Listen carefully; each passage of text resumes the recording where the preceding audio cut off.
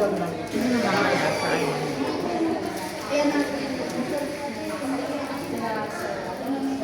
yung kain ng pamilya? Hindi wala kain ng estudyante ng teacher.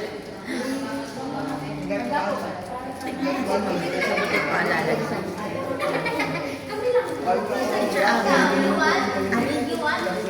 Naalala mo last year yung ano, yung lunch? Yung magiging buong magla-lunch dito or syempre ipauwi, diba? Hindi feasible, hindi ba malalayo? Kasi naalala ko, niremind ako ng mga kaya.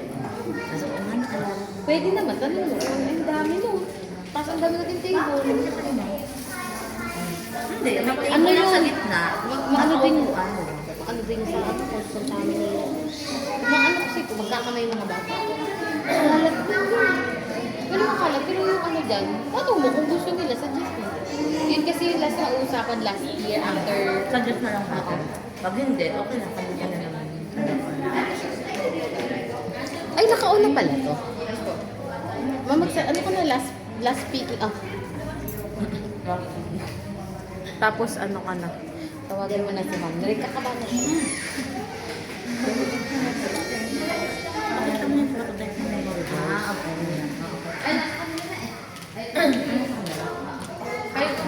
Ayan, so yung sa ating mga visual aids, so naghanda po ang ating mga teacher, magkikinig na teacher ngayong araw na to. Pero yan, nakikita mo, ang ginawa ko ng prototype, yung mystery box po and yung verse po natin. So marami po tayong box, kumuha na lang po kayo nasa may faculty ng DCS. So, kayo po, kasi para at least, mukhang nag-transfer naman siya, di ba? So marami tayong mga box dyan. So, para at least may iba, iba nga kasi ang DBS kung para sa regular na food news. Kasi nga special yan. Ano bang shoutout? Ayan, tapos ano po, yung ating mga visual aid. So yung mystery box, makikita niya po, hukunin po yun ng mga teachers. Then, kung gusto niyo gumawa ng ganito, yung one-stitch, pwede na naman. Ayan, mag-vlogging pa po yan. Then, meron naman po pwede po kayo gumawa ng parang pop-up box. Ito kasi nabuksan ko na eh, pop-up box. So, mga karton-karton, mga rubber band. So, pwede naman din po kayo gumawa ng drawing. So, may mga drawing po tayo sample. Yan, magdodorado po kayo. Hindi ko Yan, sa mystery box po, pwede naman po drawing. Kung wala kayo pwede naman kayo mag-print. Yan, so gawa po kayo ng mga item box na ganyan. So ito kasi item box para malaman po ng mga bata. Ano yung meron sa day 1 to day 2, day 3. So, uhugutin niyo po yan. So ito po mystery box. So, normal na box lang. Nalagyan niyo lang po na kung ano po yung pinaka-theme. Yung day 1 po natin ay transform for a godly purpose. Day 2, transform for a godly attitude. And yung last po is transform for a better life. So, gawa lang din po kaya. Box lang din po yan. So, ito po yung every BBS, meron tayo ng mystery box all the time. And then, syempre, yung servers, kaya po ginano natin kasi para ma-memorize po ng mga bata. Pwede nyo kasi na itong tiklopin eh. Diba, ayaw mo sa tiklopin yung data, tapos ang galing yung first. Tapos lagyan nyo na lang po siya dito ng design. Kung ano po, kunyari, day 1, meron din po kayo, transform for a better life. Ganyan. Tapos kung magpapamemorize kayo, bali nakakat na po siya according sa parang phrase by phrase. So, hindi na po kayo mahihirapan. Okay, so ganyan. So, ganun po. Ayan po. So, ganyan po siya. So, lagyan na lang po ng design. Ito po ay ano lang po. Pag mas colorful, mas creative, ito lang po ay idea para po Wait, Two points! Ahem, 2 points. So, para po, ano yung boring ng mga lalabas ng before ay mga bata. Diba? So, ang ating Bible verse ngayon ay, Ano ba yun? so, let them have the excitement. Nalaglag na Ma-surprise sila. Alam nyo, mag-count tayo ng 1, 2, 3, transform! Mga ganon. So, di ba po, may parang nagpapamagic. Excitement.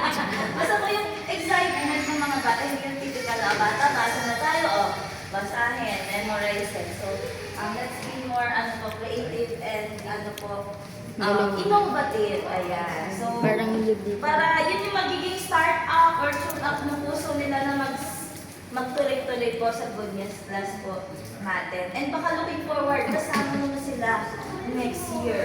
Yes, sir.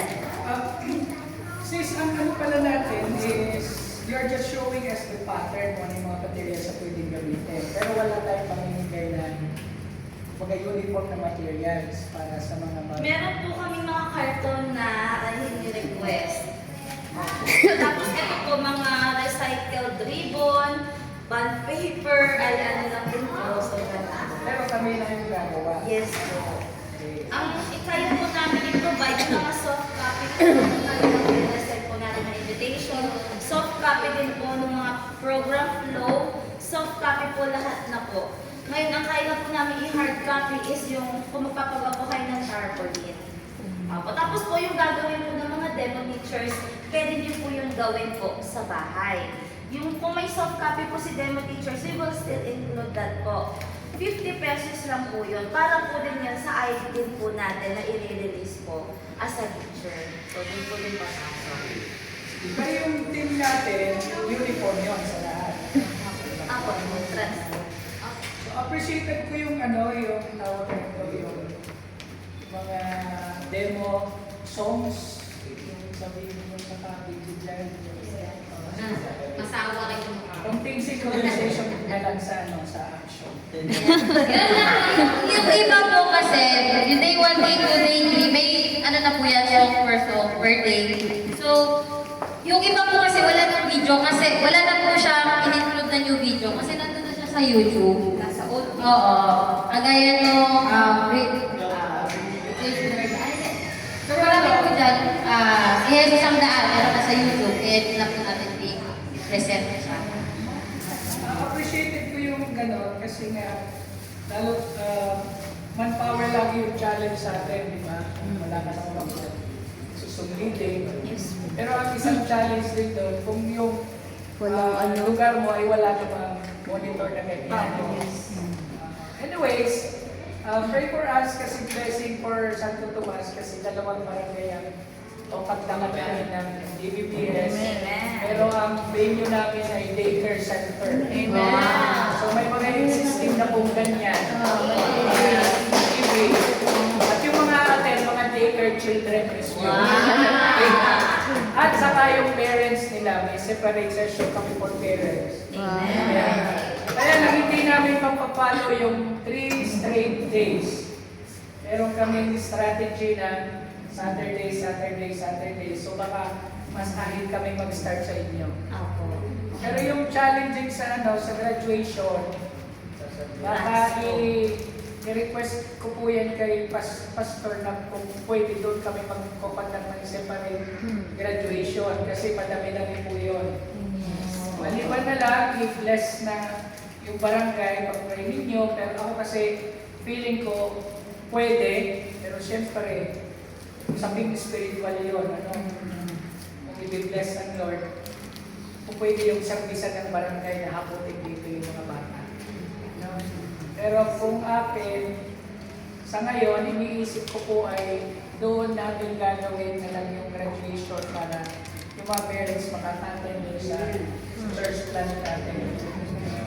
So, just advance na rin, maghihingi na lang ako ng materials kasi we'll do our best to prepare the materials, mag-prepare po namin. And malaking bagay po yung ginagawa ninyo, Sister Maricano. Company. Anong company ninyo? Procter & Gamble or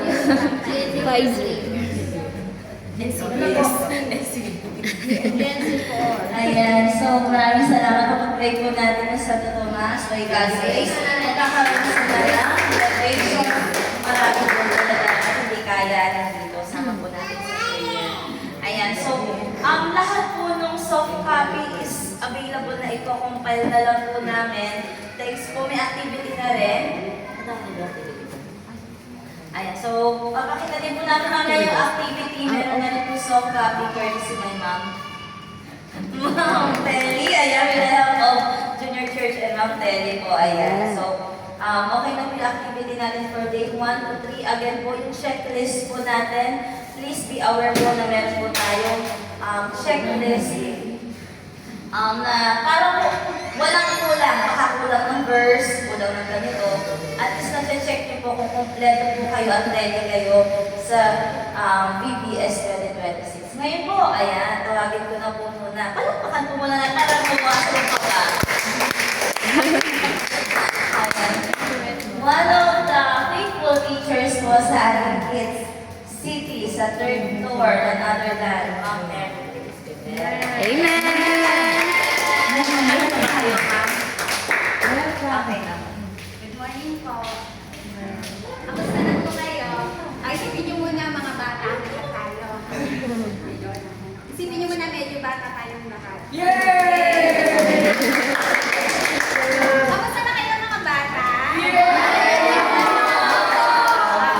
Sige, bago tayo mag-start, mag-pray muna tayo. Kayo po tayong lahat, hindi muna tayo ng guidance dito. Let us pray po. Lord, thank you po sa araw na ito. Salamat po sa lahat ng biyaya. Salamat po sa mga po, Lord. Pinagpapit po kami. At patawarin niyo po kami, Panginoon, sa anumang mga nagawa namin kasalanan. Isip po sa aming Panginoon. Dalangin po ang gawain ito. Kayo po ang mauna sa amin, Lord. Kayo po ang tumayo dito sa harapan ng Panginoon. Kayo po ang mangusap kung ano po yung message niyo, Panginoon, para sa Bible story na to. Kayo po ang magbigay ng wisdom, Panginoon, sa akin at sa mga makikinig po, Panginoon. Salamat po sa lahat. Sa inyo na po namin ipinagtitiwala ang lahat sa pangalan ng Jesus. Amen. Okay.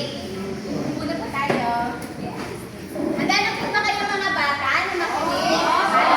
First day na BBS. Ayan. Ang ating pong team ngayon ay Transform. Ang ngayon, ang ating mystery box para sa first day ay ito na. Ito. Suman.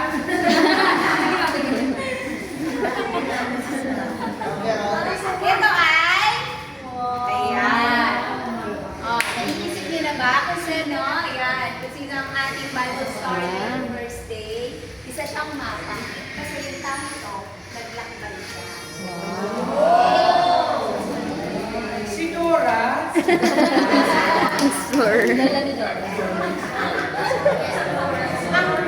Ang tao ito, papakilala ko siya sa inyo, siya ay nag-transform. Pangalan niya, nag-transform, papunta. Yung pangalan niya, nag-transform, at yung character niya, nag-transform din. Gusto niyo na po ba siyang makilala? Kasi siya? Day 1. Ang ating day 1 ko yun ay ang transform for godly purpose. Okay.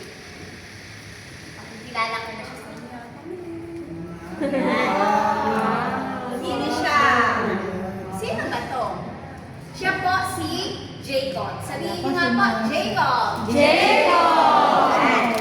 Medyo malayo lang. Parang ano lang, dapat halito lang natin siya.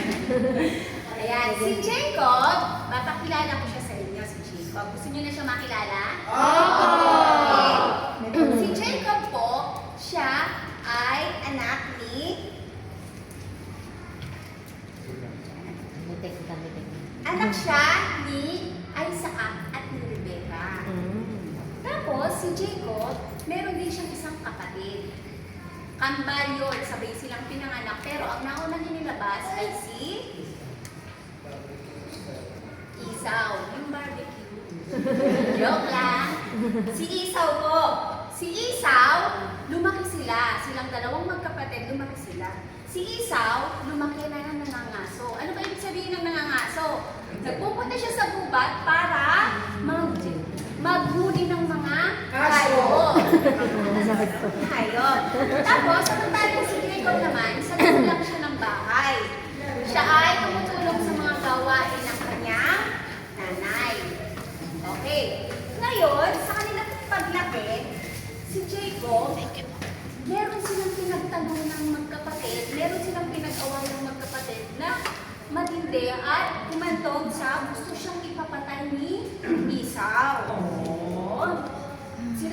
kapatid, gusto siya ipapatay. Alam niyo ba kung bakit? Kasi si Jacob, dinaya niya yung kapatid niya. Ang ginawa niya sa kapatid niya, kinuha niya yung pagkapangalan ng kanyang kapatid at kinuha din niya yung blessings na dapat ay para kay Esau. Tapos, ngayon, dinaya rin din niya yung tatay niya. Kasi yung tatay niya malabo na yung mata. Ngayon, hindi na makakita. Nag-convert siya na siya si Esau para makuha niya yung blessings na dapat ay para kay Esau. Ngayon, sa sobrang galit ni Esau, gusto niya ipatayin si Jacob. Ngayon, si Jacob naman, tumakas siya. Pumunta siya dun sa lugar kung saan nakatira yung lahi ng kanyang nanay na si Rebecca.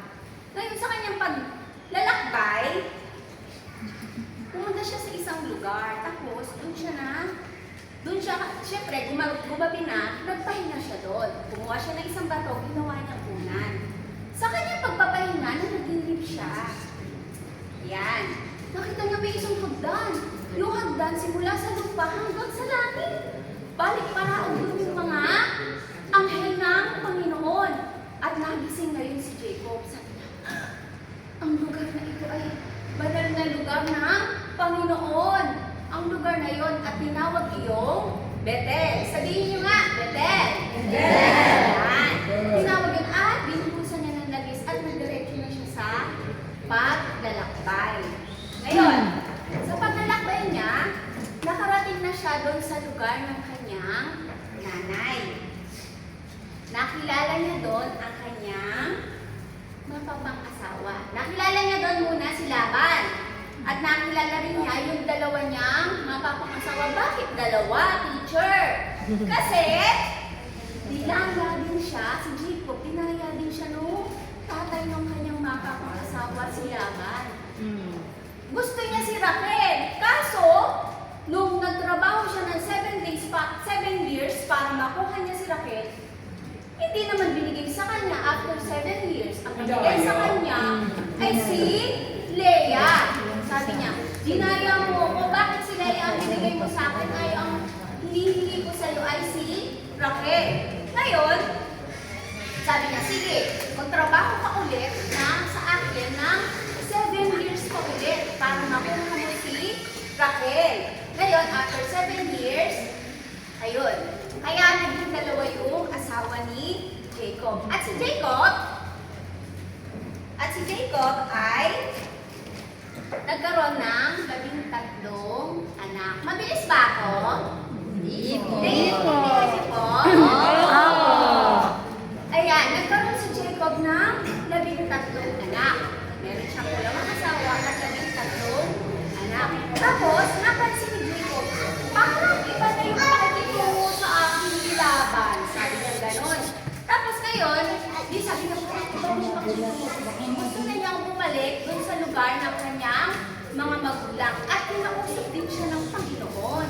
Sabi ng Panginoon, balik ka na dun sa lugar ng iyong mga magulang. At si Jacob, syempre, pag naglalakbay nung araw, meron bang jeep?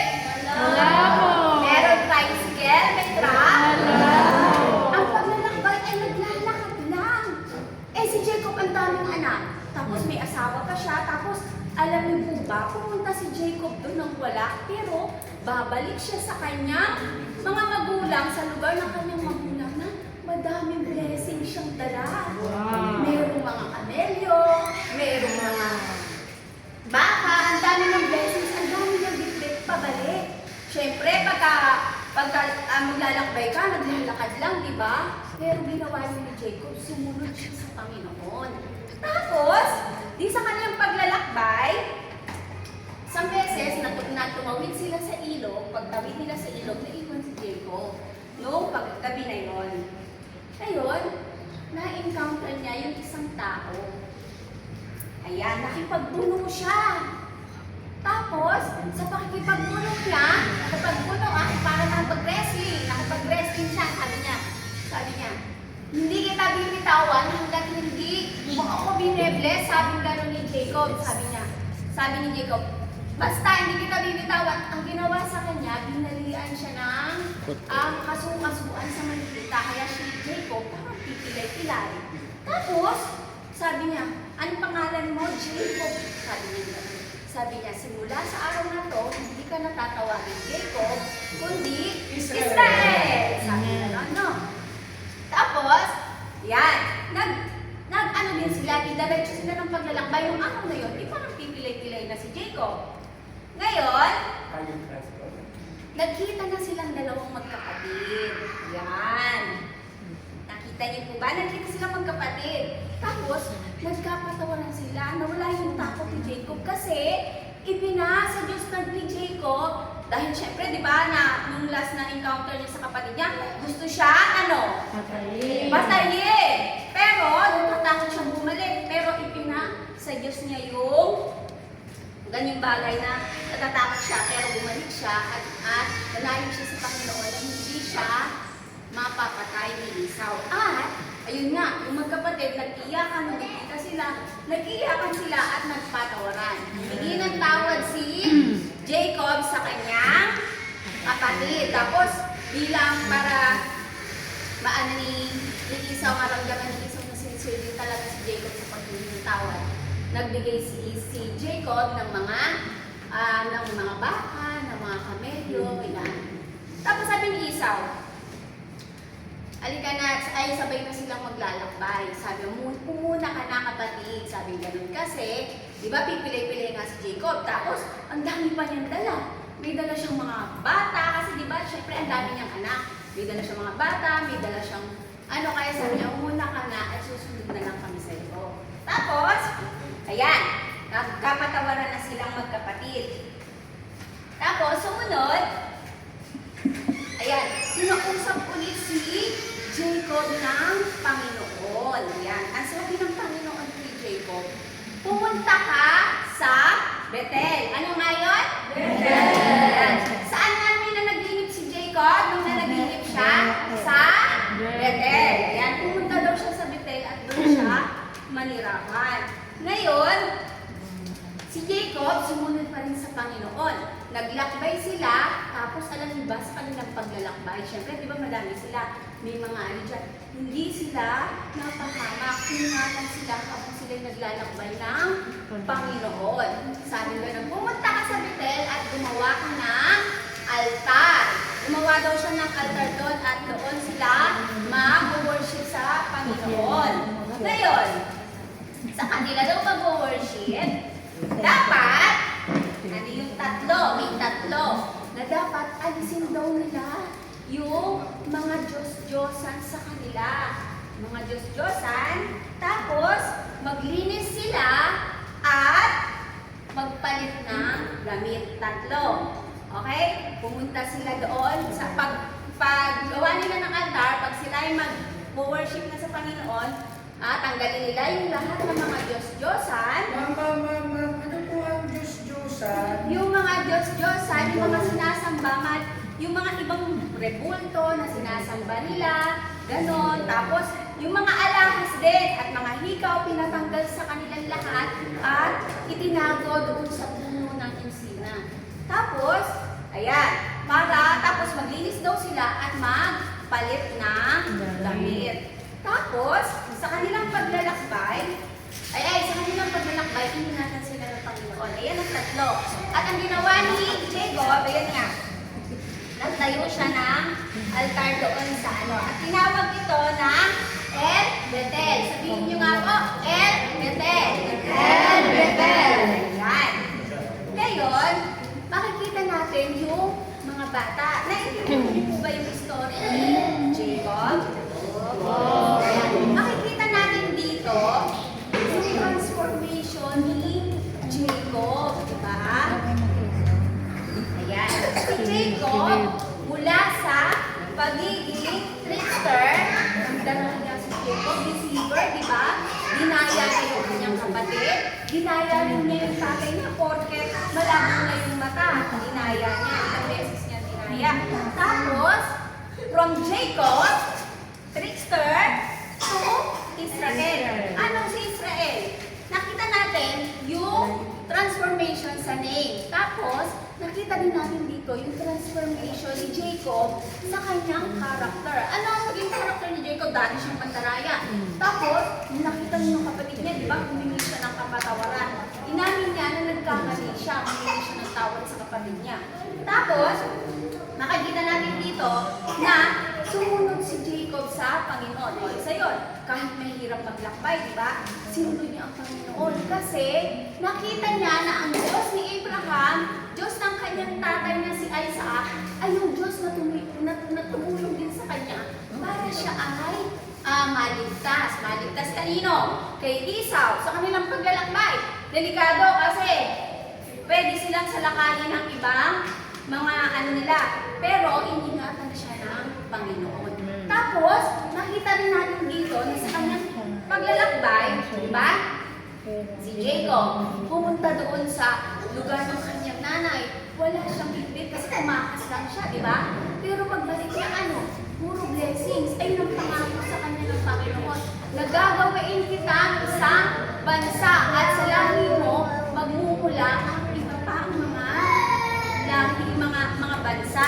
Kaya ganun ang kalaking blessings yung binigay ng Panginoon kay Jacob. At ganun din si Jacob, nag-transform dahil siya ay naging sumunod sa Panginoon.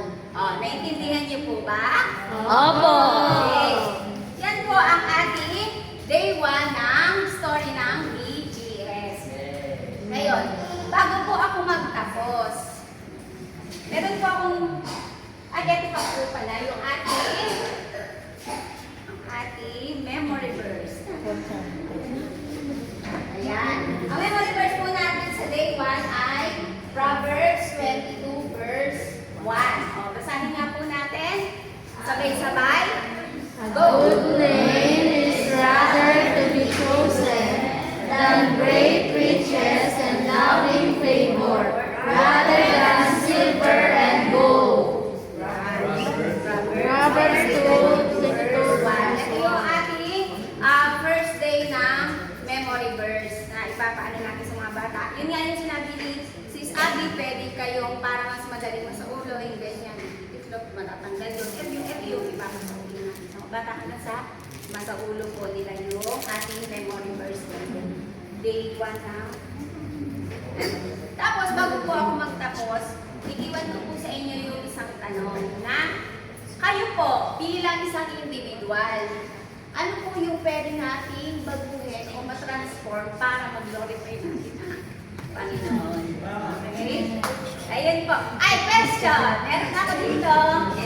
Ano? Ay, question!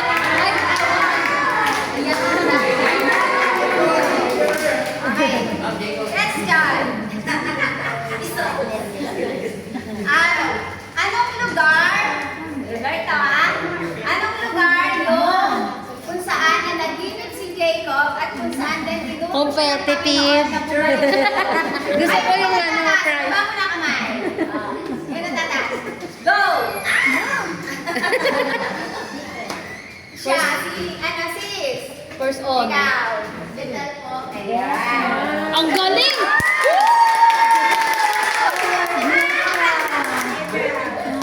Okay. Kayo mo yan! Chris! Next question, dahil isa lang. Ano yung ano yung tatlo, kasi isa lang yung isagot niyo, para tatlo yung makaano. Ano yung tatlo na sinabi ng Panginoon bago sila mag-ani ng altar? Sige. Magbihis. Ano pa?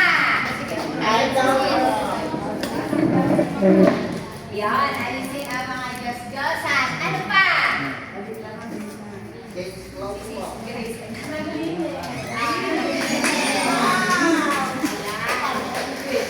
Tapos, Mag-make up at mag-lipstick. yung naitayo na yung altar, ano yung tinawag ni Jacob doon sa lugar na yun?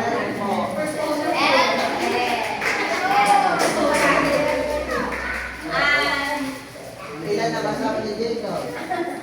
Sino yung sa isang kapatid ni Jacob? Isa po.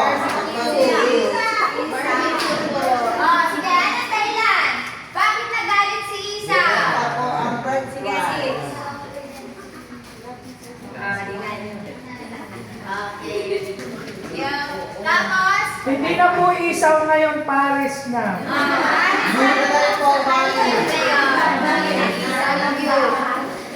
Dalawa na lang to.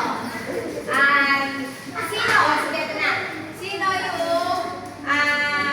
napakasawa ni Jacob? Si Rice Walker. Walker. Sino pa? Last na to. Leia po.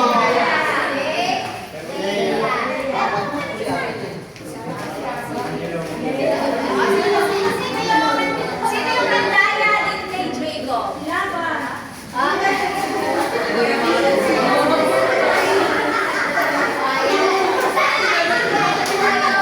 Ating Bible story, tapos yung pinaka-moral lesson, yung pinakamahalaga. Ayan lang po.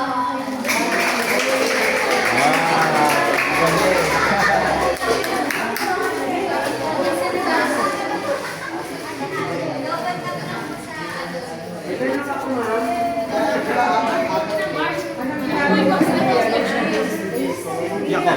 O, sino yung makapalisan yung memory verse na ibibigay ako? Proverbs 22 verse 1. Meron po.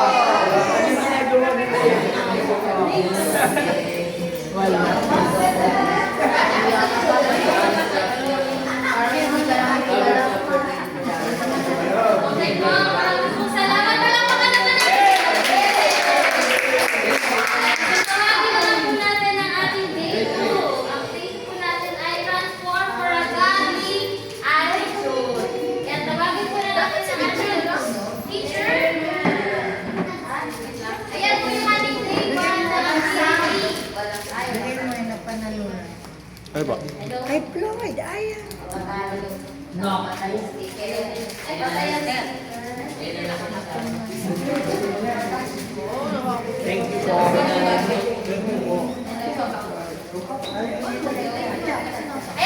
naman ako, ano. Day 1 po yung activity. So, hiwalay po yung gray out. 6 years old below. And Doon po kayo dyan. 7 years old. Kasi hindi naman natin, ano, may mga high school pa rin na sumasama. Yung may maganda eh. Yan, so, day 1, day 2, ganun din. Meron siyang 2 activities. Coloring sa mga 6 above, 6 below. Ayan, so, day 2, day 2. Yan, crossword puzzle. Right, Leslie. Ayan, so, yan, day 3. Meron din po tayo. So, ito ay 1, 2, 3, 4. Yan, so, ito din po. Pang 7 years old above. Yan. So, yan po yung ating activity na maano po sa ating soft copy. So, tawagin po natin ang ating pong teacher for day 2. Yan na, sabi ko nga po. Transform for a God. Tawagin po natin si Teacher Miel.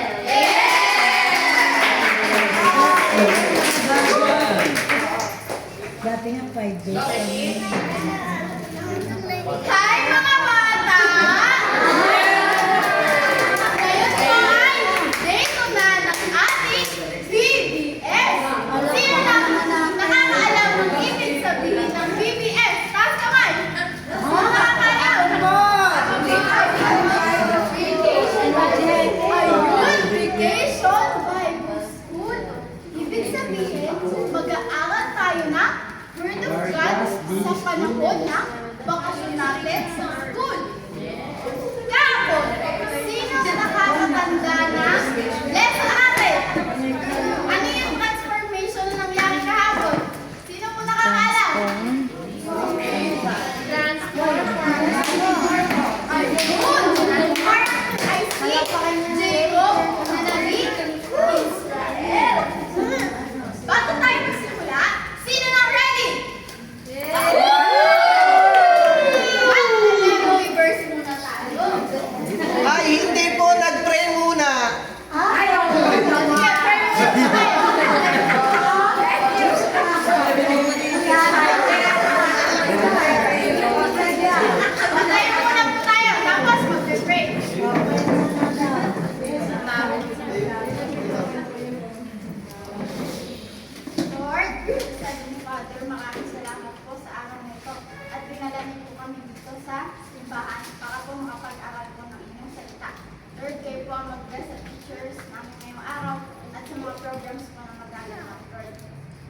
ang mukha po ng lesson na ito ay matutunan po ng mga estudyante. Pagawain niyo po kami sa mga ligadong kasalanan sa Pansus. At may memory verse muna tayo sa araw. Ang memory verse natin ay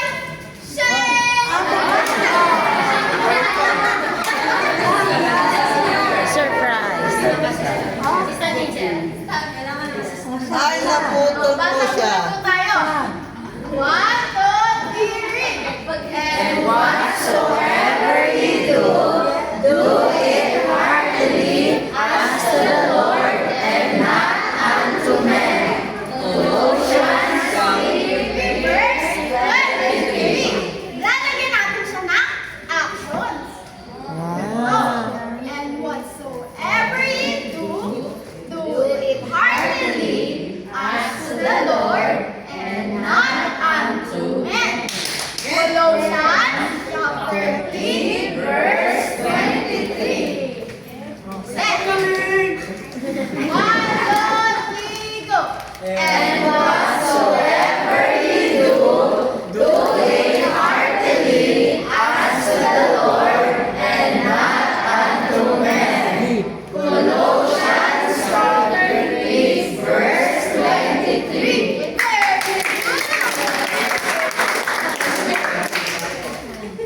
Mana-mana kay Nanay Lita. Ngayon ay pupunta na tayo sa ating lesson. Pero bago tayo magsimula, meron akong tanong. Ano Sino po na yun? dito yung nagkaroon ng sakit? Pinsan mo. Sino na yung nagkaroon Balotang po! sakit sa wala? Sakit sa wala! Balotang po! Simulan ng bulutong. Siya po! Si Alvin, nasa kanya na ang lahat. Kapag meron tayong bulutong, Nakakahawa po. Tama. Hindi tayo makalabas ng bahay. Nalulungkot tayo sa bahay. Kasi hindi natin makita yung mga friends natin. Nakakulong lang tayo sa loob ng bahay. Siyempre, nakakalungkot yun. Bago tayo magsimula, para quiet ang lahat, ilagay ang kamay sa bibig. And then, zip! Tapos susi! Dahil nasa akin ang susi, hindi na kayo mapagsalita. Pero, kapag meron akong tanong, pwede kayo sumagot. Ang lesson natin ngayon ay transform for a godly outcome. Sa natin, kaya naman ang Mr. Box natin ngayong araw.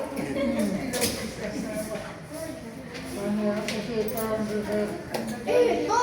Ano to? Ito ay nagkaroon ng mga tao na sakit sa balat. Mas malala pa sa pulutong. Ang sakit nila ay leprosy. Or sa Tagalog ay keto.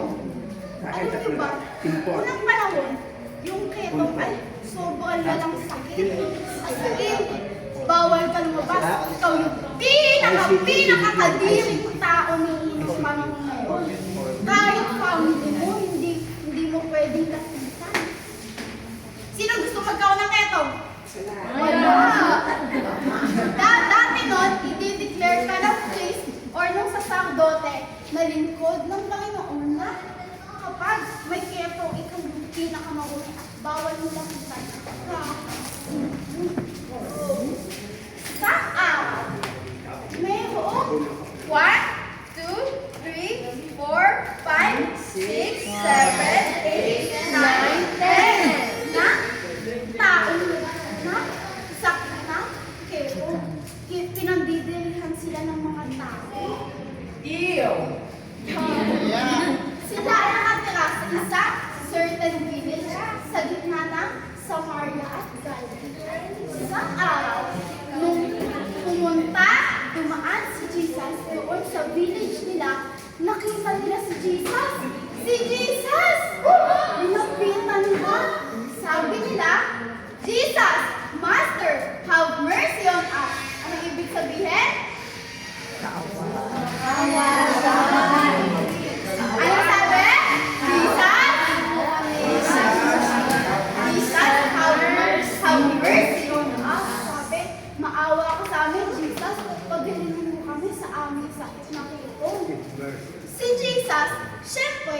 mahal sila ni Jesus, inapitan sila. Kasi powerful si Jesus.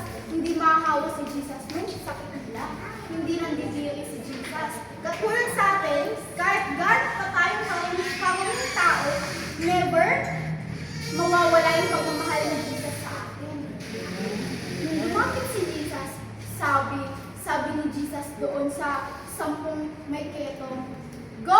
Show thyself unto the priest." Or doon sa nagde-declare na kung ikaw ay malinis na. Sumunod yung mga may sakit na keto.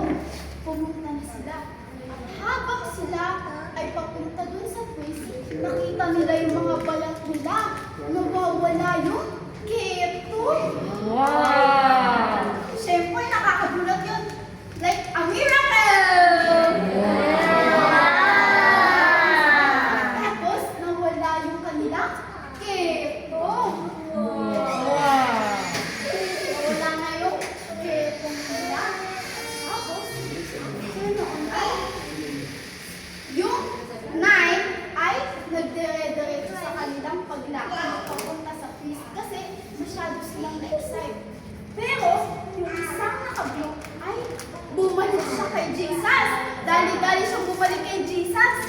Tapos, nagbaw siya. Tapos, pinais niya si Jesus.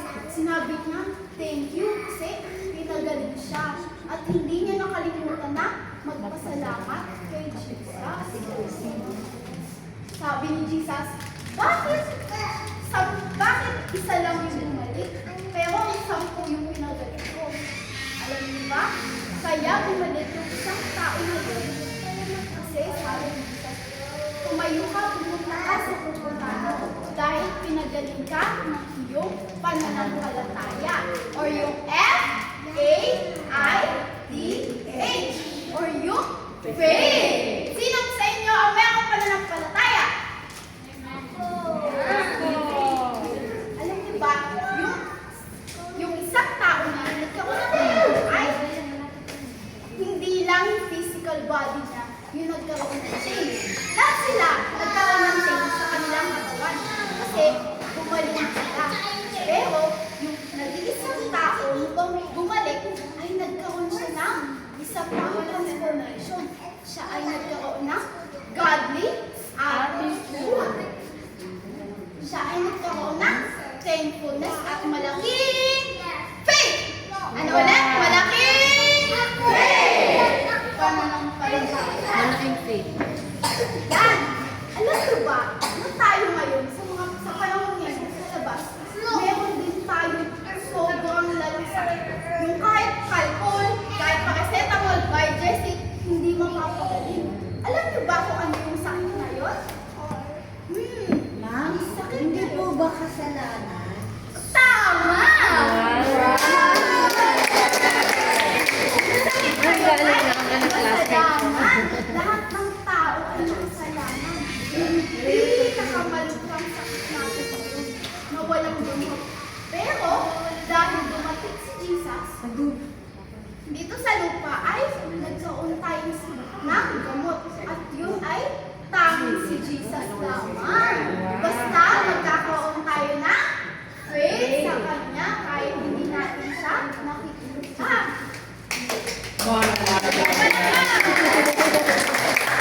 Ngayon, nagtanong ako sa inyo. Ano yung sakit ng mga tao sa story? Yung leprosy. Ilang tao yung mayroong keto? 10. 10. Kanino sila ang inyong sabi? Master, have mercy on us. Kay Jesus nila sinabi. Yun. Ilan ang bumalik? Ilan ang bumalik? Isa lang ang bumalik. At nagbigay ng prophecy. Tulad natin, kapag tayo nagkakaroon ng problems o sakit, dapat lagi tayo nag-pray at hihingi kay Jesus ng pagalingin tayo. At kapag gumaling na tayo, ay dapat magpapa-thank you tayo kay Jesus at magbibigay tayo ng praise. Sino ang nakinig ngayon? Ako po. Sino ang babalik bukas? Ako po. Bukas babalik kayo lahat.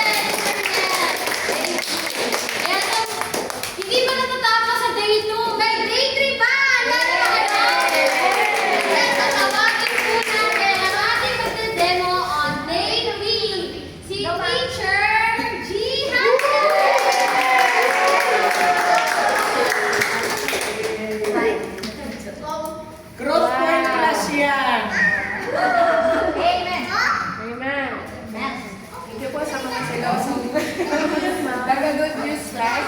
Seryoso daw kasi selos daw sila nagtuturo po ako sa adult. Sige, dito tayo sa day 3! Handa na ba kayo? Game ka na ba? Or kailangan natin ng icebreaker. Okay, nagit na tayo. Yung ano, crowd? Wala pa akong kinalaman. Sige, mga bata. Ano ulit yung day 1 natin? Transform for a godly purpose. Yung mas may energy. Transform for a godly purpose. 2. Transform for a godly attitude. Okay, sa ating day 3 naman, transform for a better life.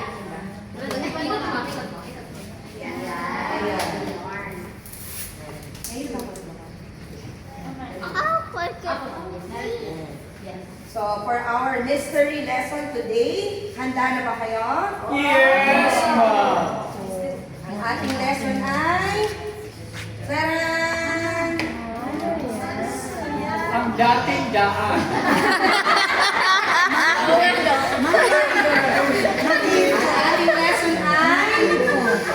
Highway. The road to Damascus. Sabihin nyo nga? Excited na ba kayong makilala ang character natin ngayon?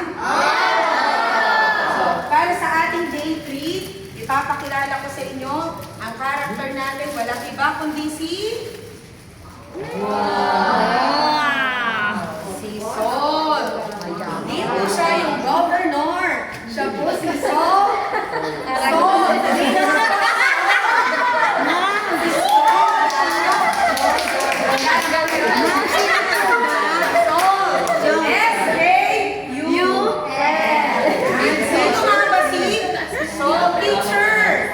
Bakit kailangan natin pag-aralan si Saul? Ano ang kinalaman niya sa BBS 83 Transform?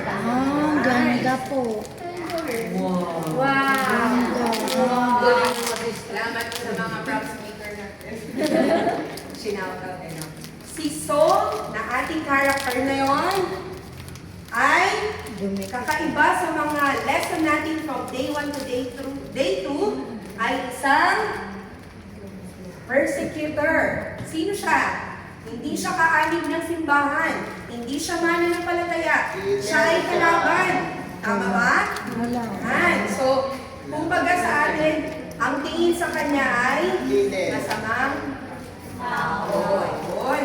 So, hindi siya sumusunod sa Panginoon. In fact, noong panahon ng ating Bible story, si Saul ay arrester. Nang-aaresto siya ng mga sumusunod kay Jesus Christ. Alam niyo ba kung anong career meron si Saul? Yun! Siya ay isang abogado, pero despite na siya ay isang abogado, hindi niya ginamit sa tama yung kanyang kaalaman. Bagkus, siya ay sumampalataya sa ano? Sa mga panawagan ng mundo, sa panawagan ng mga religious leader nung panahon na yon, na ang tingin nila, yung pananampalataya ng mga sumusunod kay Kristo ay kalaban ng kanilang pananampalataya. Okay? So, yung ginagawa niya, siya ang nagtuturo, nag-uusig. Ito ang mga sumusunod sa Yesu Kristo ang pinaniniwalaan nila. Ito yung mga nagdi-disciple. Ulitin natin yan. At despite pagiging abogado ni Saul, nagpaalam siya sa mga high priest. Sabi niya, mga high priest, hayaan nyo na ako ay umaresto, pupunta doon sa Damascus, magpapasama ako sa ating mga tao upang hulihin lahat ng mga naniniwala dyan kay Kristo na yan. Lahat ng mga sumusunod at mga namumuno, yung mga kanyang leaders. Siyempre, ang tingin nila noon ay threat, tama? Threat yung mga sumusunod kay Jesus Christ. Kaya binigyan nila ng basbas. Umayo ka. Saul, pumunta ka doon sa Damascus at ulihin mo yung mga nagtuturo na yan, kung sino man yung mga yan. So, umayo si Saul, papunta doon sa Damascus, at on the way doon, kasama yung mga arrester, meron pa siyang mga bodyguard.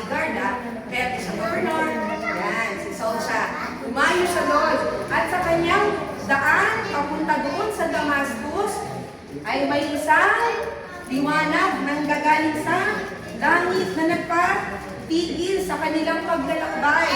Doon, nabuwag si Sol. Ay, nabuwag. Yan. At nakarinig siya ng isang malakas na tinig. Ano ang sinasabi ng tinig? Saul, Saul. Wow, why persecutest thou me? So alam ni Saul na ito ay hindi pangkaraniwang boses kagaya ng mga naririnig niya sa katabi niya. May mga kasama siyang naglalakbay, tama? So alam niya ito ay makapangyarihan, dumadagundong. Bagamat siya'y may naririnig, yung kanyang mga kasama ay nakakarinig ng ano na, ugong, malakas na ugong. Pero nahitakot kasi wala silang nakikita. Ano ang sabi ni Saul? Panginoon, sino po kayo? Diba? Alam niya na yung tinig na yun ay makapangyarihan dahil hindi siya pangkaraniwan, ngunit hindi siya sigurado kung sino yung kumakausap sa kanya. At alam niyo ba kung ano ang sabi ng tinig? Ako si Jesus. Ako ang pinipersecute mo. At alam mo ba sa iyong ginagawa, Saul, ay lalo mo lang pinahihirapan ang iyong sarili. Yan. So yung mga kataga na yun na narinig niya, syempre yung panahon na yun, sa ating Bible times ay matunog na matunog ang pangalan ni Jesus. Alam niya kung ano mga miracle ni Jesus. Alam niya kung ano kanyang mga ginagawa at kung paano niya nililig ang kanyang mga disciple. So, inirecognize niya ng Panginoon si Jesus. At siya man sa sarili niya ay nagkaroon ng takot. At ang sabi niya, Panginoon, ano po ang gusto ninyo gawin ko? Yan. So, nagkaroon na siya ng humility. Nag-acknowledge siya na ang kumakausap sa kanya ay sino? Jesus Christ. Yun. At ang sabi ni Jesus Christ, bumayo ka, Saul, at pumunta ka sa syudad, at meron akong ipapagawa sa iyo. Di ba nung siya ay naglalakbay, siya ay napabuwal, tama? At doon sa pagkakabuwal ni Saul, imagine niyo ba yun? Siya ay tumayo siya para humayo sa kanya paglalakbay. Pero ano ang kinagulat ni Saul? Yung time na siya ay tumayo, nagulat siya dahil pagdilat ng kanyang mata, nawala ang kanyang paningin. Ibig sabihin, siya ay nagkaroon ng total blindness. Sabihin nyo nga, blindness. Blindness. So, paano ba hahayo ang isang bulag? Kinailangan siyang tulungan ng mga dapat ay kasama ng arrester upang makarating sa syudad. At ang paglalakbay na ito, papunta sa Damascus, ay umabot ng 3 araw na siya ay totally blind, walang pagkain, at walang ako, napakahirap, di ba? Hindi mo alam kung saan ka pupunta, hindi ka pa kumakain, hindi ka man lang makainom, and at the same time, ikaw ay para kang naka-arrest, di ba? Baliktad. Dahil pinapersecute mo yung Panginoon, bumalik. Ikaw ngayon ang parang ina-arrest niya sa kung papaanong paraan, hindi pa niya alam. During this time na siya ay naglalakbay, binigyan naman ng Panginoon ang isa niyang disciple ng instruction. Binigyan niya si Ananias. Sabihin niyo nga, Ananias. Ayan. Anong sinabi niya kay Ananias? Ananias. Makikita niyo kung anong character meron tayo doon sa ating story sa Acts 9. Nung tinawag ng Panginoon si Ananias, nakikita niyo sa mukha ni Ananias, anong character niya? Masayahin siya. Jolly siya, masayahin at very welcoming. Tama ba? Pag ganito ba yung nagbukas ng klase ninyo, makikinig ba kayo? So, nung tinawag ng Panginoon si Ananias, sabi niya, Ananias, anong sagot niya? Yes, Lord. Yes, Master. Ano po ang aking may paglilingkod sa iyo? Yun na agad. Very welcoming.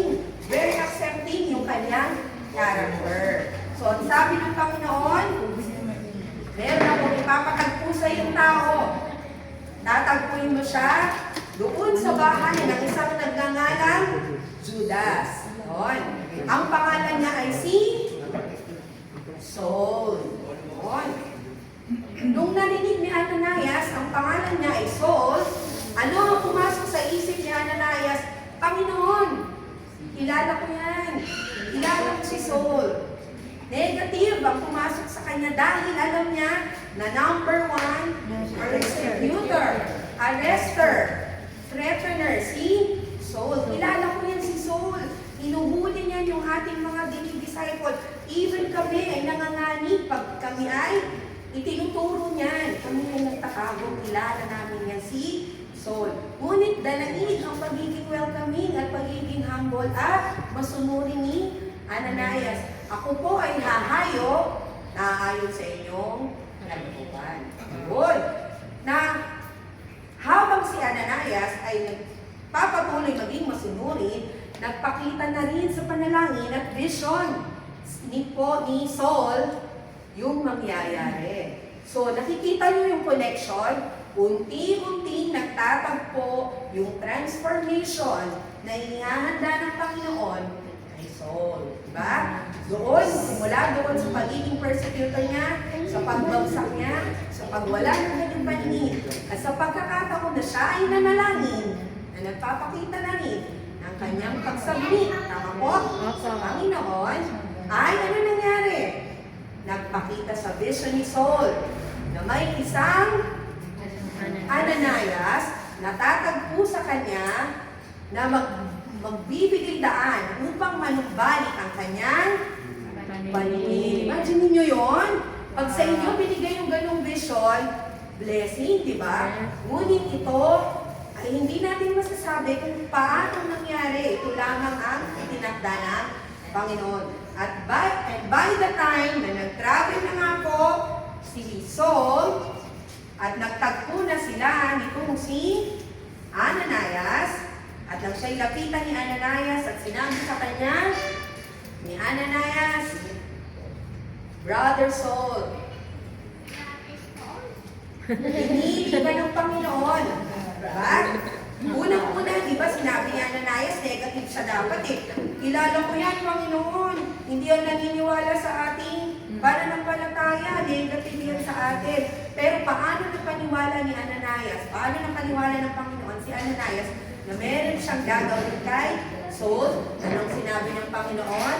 Bibigyan ko siya ng isang napakalaking sakripisyo at ipararanas ko sa kanya ang mga bagay na paghihirap, higit pa sa paghihirap na kanyang ginawa upang matunghayan niya, matuklasan niya kung ano ang plano sa kanyang buhay. So pinaniwalaan ni Ananias sa salita ng Panginoon. And by the time na sila ay nagkita, anong ginawa ni Ananias? Lumapit siya kay Saul as if, kapatid, di ba po tama yon? Kahit negative pa ang isang tao, pag sinabi ng Panginoon na lumapit ka doon, ang kalooban niya palagi yung ating susundin. So ang sinabi ni Ananias, Brother Saul, sa pamamagitan ng ibinigay ng Panginoon na instruction sa akin, manumbalik sa iyo sa pamamagitan ng Holy Spirit ang iyong paningin. At hindi lang paningin ang nanumbalik kay Saul. Nung siya ay makakain, ibinigay ng Panginoon ang physical strength, spiritual strength kay Saul. Nung manumbalik ang kanyang paningin, at doon niya naintindihan na ang kanyang blind